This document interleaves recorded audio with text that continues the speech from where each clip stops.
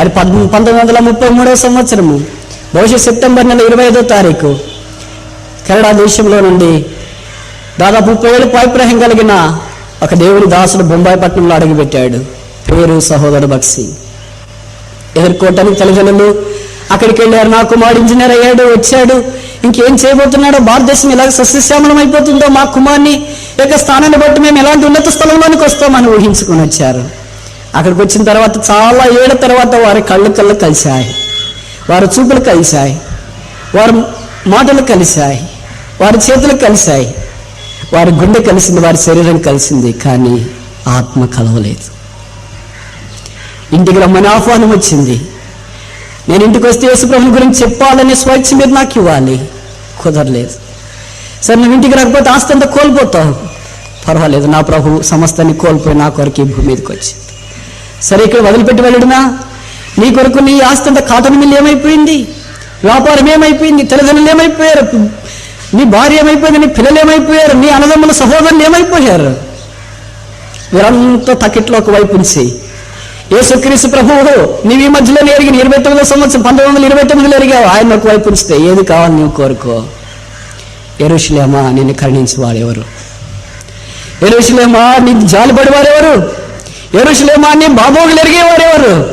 ఇదిగో భారతదేశం అలాంటి కేకలేస్తున్నప్పుడు, పునాదులు పాడైపోయి నీతిమంతులు ఏం చేయగలని ఎదురు చూస్తున్నప్పుడు, దేవుడు ఒక వ్యక్తిని కనుక్కున్నాడు ఆయనలో. ఆయన ద్వారా ఈ యెరూషలేమును కట్టి బాగు చేయటానికి దేవుడు సంకల్పించినాడు.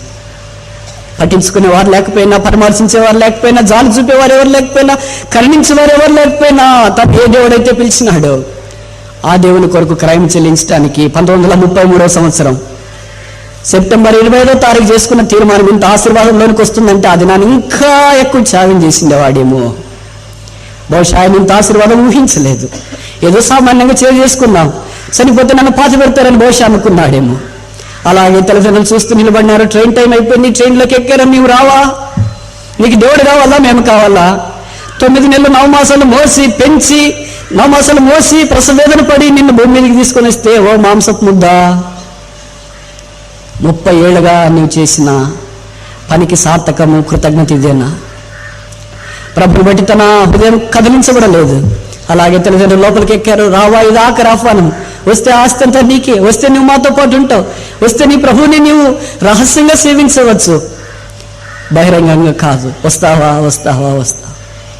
పరిచయమైన తల్లిదండ్రులు, కన్న తల్లిదండ్రులు, కడుపును పుట్టిన కుటుంబం, మిగతా సభ్యులు, పరిచయమైన ఊరు, పరిచయమైన కాదనుకొని, పరిచయం లేని బొంబే, పరిచయం లేని మనుషులు, పరిచయం లేని సేవ, పరిచయం లేని ప్రాంతము, పరిచయం లేని వారితో ఉండటానికి ఇష్టపడ్డాడు. తల్లిదండ్రులు ఎక్కారు. గార్డు విజిల్ వేశాడు. ట్రైన్ కదిలిపోతుంది. తల్లి తండ్రి చేతులు జోడించి చూస్తున్నారు. వస్తాడేమో, మనసు మార్చుకుంటాడేమో. అలాగే వాళ్ళు చూస్తున్నారు, ఈయన చూస్తున్నాడు. కానీ చూపు మేరలో రైలు వెళ్ళిపోయింది. అంతే. బైబిల్ సంఖ్యలు పట్టుకున్నాడు. రిక్తుడిగా, ఏం తెలియని వాడుగా, మా అనామకుడిగా వీధుల్లో పడ్డాడు. న్యూస్ పేపర్లు పరుచుకున్నాడు. రాత్రిపూట పండుకున్నాడు. బయట ఉన్న పబ్లిక్ ట్యాబ్లో నీళ్లు తాగాడు. ఆ పిలుబోడిని పిలుపు కొరకాయి ముందుకు సాగటానికి పూనుకుంటాడు. ఏమి త్యాగం ఇది! నెహెమ్యా కెనడాలో లేడు, నెహెమ్యా అమెరికాలో లేడు, నెహెమ్యా వీధుల్లో తిరుగుతున్నాడు. నెహెమ్యా వీధి నీళ్ళు తాగుతున్నాడు, నెహెమ్యా వీధి టీ తాగుతున్నాడు. తన కలిగిన అంతఃపురాన్ని, ఆస్తిని, సమస్తాన్ని కోల్పోయాడు. పునాదులు పాడైపోగా నీతిమంతులు ఏం చేయగలరు? పాడైపోయింది. ఆయన దర్శనం, ఆయన సేవ ద్వారా, ఆయన సమర్పణ త్యాగం ద్వారా ఈ దినాన్ని మనం ఆశీర్వాదంలోనికి వచ్చినాం. నీ సంగతి, నా సంగతి ఏంటి? ఇంకా పాడైపోయింది, ఇంకా పాడు చేయడమేనా? నాశనమైంది, ఇంకా నాశనం చేయడమేనా? కాల్చివేయబడింది, ఇంకా కాల్చివేయడమేనా? కూలగొట్టబడింది, ఇంకా కూల్చుకొట్టడమేనా? అయ్యో, ఇక్కడ ఎవరు నెహెమ్యా లేరా? నెహెమ్యా లేరా? నెహెమ్యా లేరా? ఇదిగో ప్రభువా, యెరూషలేమును కట్టించేవాడు ఇక్కడ ఉన్నాడు.